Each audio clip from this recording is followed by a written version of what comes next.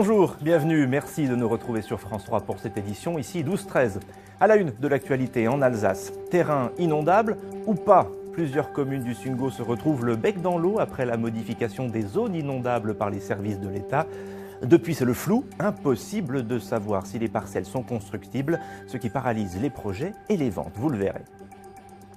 Il s'en était fait la première et on les services de la préfecture. Il a un imbroglio administratif dans le Sungo. Dans plusieurs communes situées le long du Talbar, un cours d'eau à l'est d'Altkirch, l'atlas des zones inondables a été modifié par les services de la préfecture en 2020.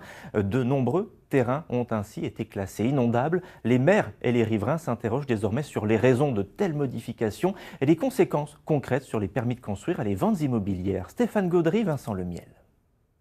Le Talbar, c'est ce gros ruisseau au lit encaissé qui se jette dans l'île en aval d'Altkirch. Un débit modéré qui vaut quand même à la petite dizaine de villages qu'il traverse d'être partiellement classé en zone inondable. Un classement qui laisse dubitatif les habitants. Vous l'avez déjà vu déborder? Déborder, jamais. Monter, oui. Il monte à 2 mètres, 2 mètres 50.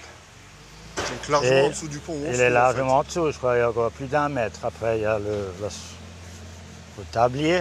Au-dessus, il n'est jamais passé.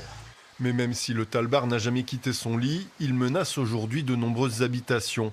Car en 2020, l'atlas des zones inondables a été révisé et des secteurs qui étaient auparavant classés comme constructibles sous conditions sont devenus des zones inondables. On a l'impression qu'un stagiaire est venu et qu'il a dit « Ah ben, je vais prendre mon marqueur et puis je vais tout mettre pareil ». Une modification que les services municipaux et les habitants n'ont appris que récemment. On a construit en 2020 et donc là le permis a été accepté sous condition, comme dans l'ancienne zone. Puis en novembre, j'ai déposé mon permis pour faire mon garage et c'est là qu'ils se sont rendus compte que les zones ont changé. Juridiquement, ils ne peuvent pas me le refuser, mais le maire ne prendra pas le risque de l'accepter. Quelle est la valeur réglementaire de cet atlas des zones inondables? Doit-il servir de base à la définition des PLU du secteur en cours de rédaction? Autant de questions que se posent les maires et les habitants qui se voient opposer ce document lors de vente ou de demande de permis de construire. Nous voulons que ce flou juridique s'arrête parce que c'est vraiment le règne de l'arbitraire. On ne sait pas qui décide, on ne sait pas comment on décide. Est-ce que les zones sont valables, pas valables? On ne sait rien du tout. Et à partir de là, nous, ce que nous voulons, c'est quelque chose de clair. Et on peut aussi se retourner éventuellement contre les autorités devant un tribunal.